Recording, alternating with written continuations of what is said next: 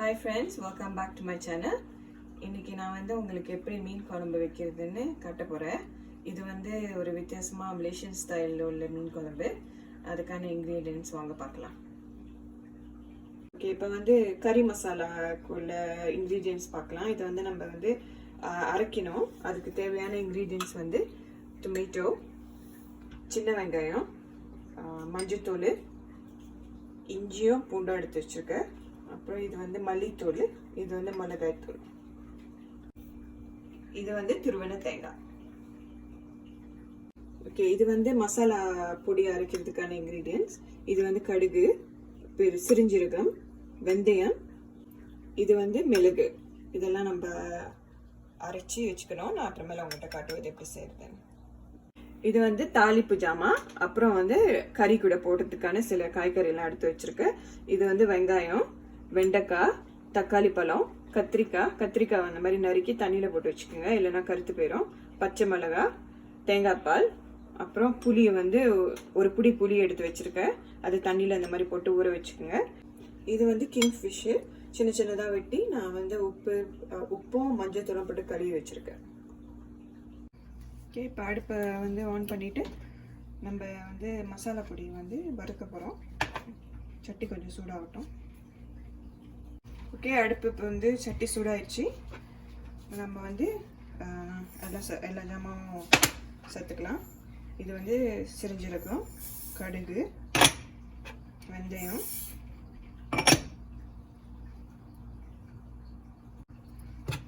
இது மிளகு. இதெல்லாம் வந்து வறுத்து கொஞ்சம் ப்ரௌன் செந்நிறமாக ஆகிற வரைக்கும் வறுத்துக்குவோம்.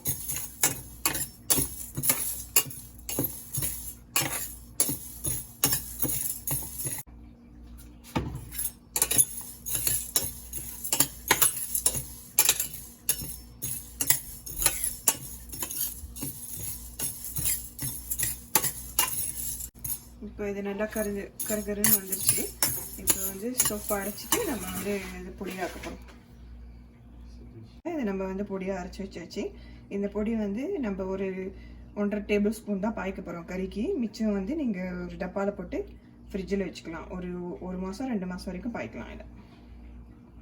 ஓகே, இப்போ குழம்புக்கான மசாலா எப்படி அரைக்குது நம்ம பார்க்க போகிறோம். அதை எல்லாத்தையும் தாளிச்சிடணும். அதுக்கு தேவையானது எண்ணெய், கொஞ்சோட எண்ணெய் ஊற்றிக்கோங்க.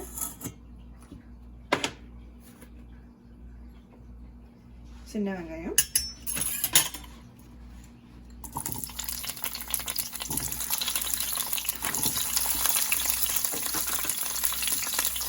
இஞ்சியும் பூண்டும்,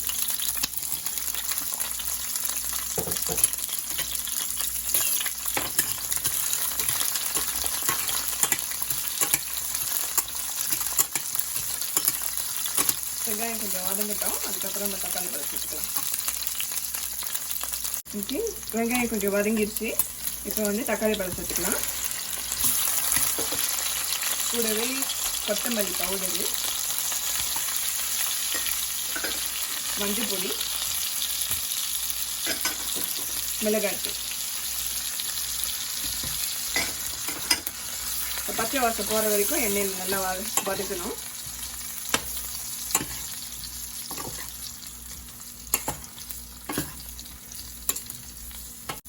ஓகே, இப்போ இந்த பச்சை வாசனை எல்லாம் போயிடுச்சு. அடுப்பு நம்ம அரைச்சிடுவோம். இதை வந்து அரைச்சி குழம்புக்கான மசாலாவை அரைச்சி வச்சுக்கணும்.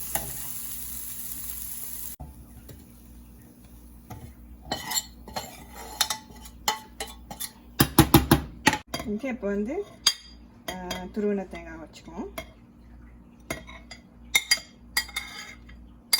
ஓகே, கொஞ்சம் அரைக்கிறதுக்கு தேவையான தண்ணி கொஞ்சம் ஊற்றிக்கோங்க. இப்போ நம்ம அரைச்சி எடுத்துக்கலாம். இப்போ பாருங்கள், நல்லா அரைஞ்சிருச்சு. இந்த மாதிரி நல்லா மையாக அரைச்சிக்கணும். இந்த தேங்காய் பூவெல்லாம் நல்லா அரைஞ்சால் தான் வந்து குழம்பு நல்லாயிருக்கும். ஓகே, நம்ம அடுப்பு ஆன் பண்ணியாச்சு. சட்டி சூடான பிறகு கொஞ்சம் எண்ணெய் ஊற்றி வெண்டைக்காவை வந்து கொஞ்சம் வதக்கி எடுத்து வச்சுக்கலாம். ஓகே, சட்டி சூடாயிடுச்சு. கொஞ்சமாக எண்ணெய் ஊற்றி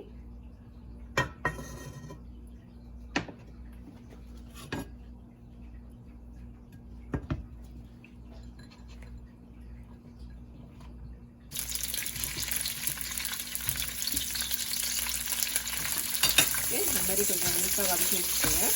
இது ஏன் அந்த மாதிரி நான் வதக்குறேன்னா, அப்போ தான் வந்து நீங்கள் கறியில் போட்டப்போ வெண்டைக்காய் வந்து குழம்பு போகாது. அப்போ நீங்கள் வந்து கறியில் வந்து கடைசியாக இறக்கிறப்ப போடணும். இந்த மாதிரி வதக்கி வச்சிங்கன்னா நல்லாயிருக்கும், சாப்பிட்றதுக்கும் நல்லாயிருக்கும்.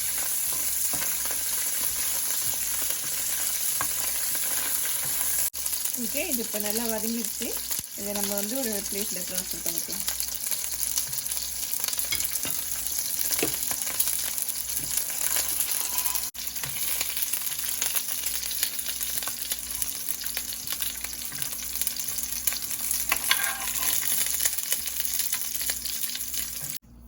இப்போ நம்ம குழம்பு செய்ய ஆரம்பிக்கலாம்.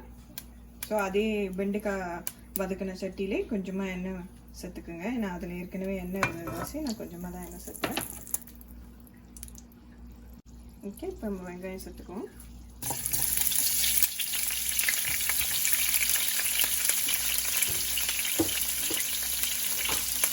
கருவேப்பிலை, பச்சை மிளகாய். உங்கள் காரத்துக்கு ஏற்ப நீங்கள் பச்சை மிளகாய் சேர்த்துக்கோங்க.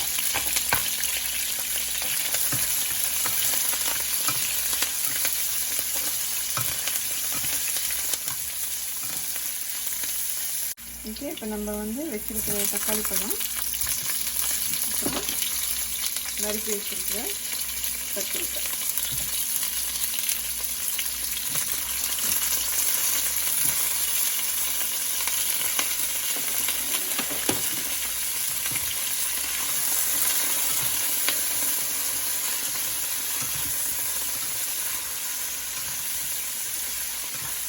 ஓகே. இப்போ தக்காளி பழமும் கத்திரிக்காயும் நல்லா வதங்கிடுச்சு. இப்போ நம்ம அரைச்சி வைக்க மசாலாவை சேர்த்துக்கலாம். மசாலாவுக்கு தேவையான அளவு தண்ணி.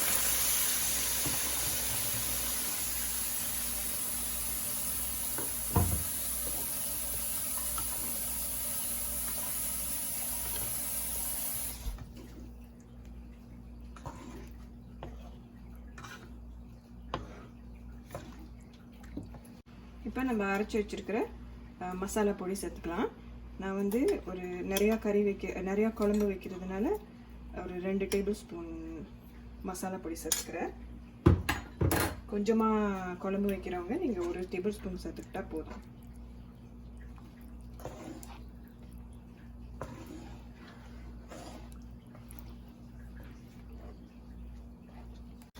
தேவையான அளவு உப்பு சேர்த்துக்குங்க. இது நல்லா ஒரு கொதி வரட்டும். அதுக்கப்புறம் நம்ம புளி சேர்த்துக்கலாம். இதை வந்து மூடி போட்டு மூடிக்கலாம். ஓகே, நல்லா கொதிச்சிருச்சு.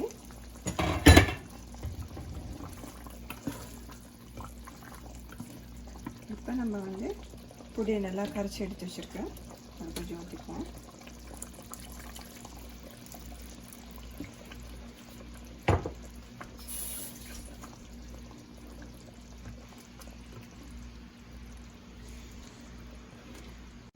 இப்போ புளி ஊற்றி நல்லா கொதி வந்துருச்சு. நம்ம வந்து எடுத்து வச்சுருக்கிற வதக்கணும்னா அந்த வெண்டைக்காவை சேர்த்துக்கலாம்.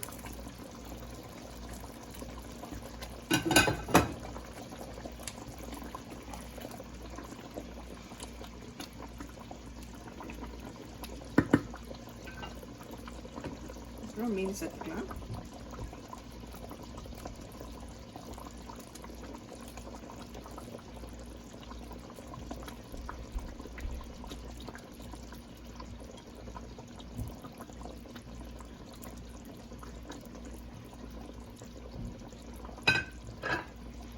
ரொம்ப கிண்டாதீங்க மீன் போட்ட பிறகு, பிகாஸ் மீன் வந்து அப்புறம் வந்து குழஞ்சி போயிடும். இது ஒரு கொதி வரட்டும். அதுக்கப்புறம் நம்ம கடைசியாக வந்து தேங்காய் பால் சேர்த்துக்கலாம். ஓகே, நல்லா கொதிக்குது. இப்போ வந்து கடைசியாக நம்ம வந்து எடுத்து வச்சுக்கிற தேங்காய் பால் ஊற்றிக்கலாம்.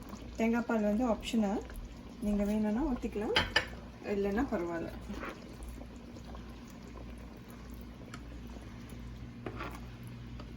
தேங்காய் பால் ஊற்றின பிறகு ஒரு கொதி வந்தால் போதும். அதுக்கப்புறம் அடுப்பு நிப்பாட்டிடுங்க. ஏன்னாக்கா தேங்காய் பால் ஊற்றின பிறகு ரொம்ப நேரம் கொதிச்சிச்சுன்னா கறி வந்து திரி ஆயிரும்.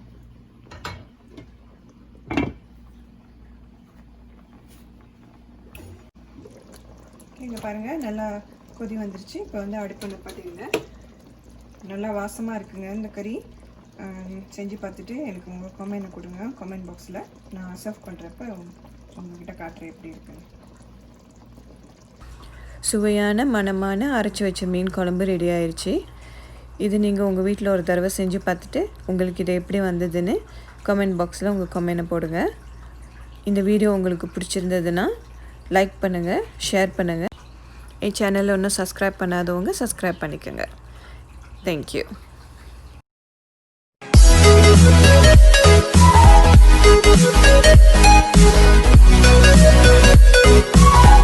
Thank you.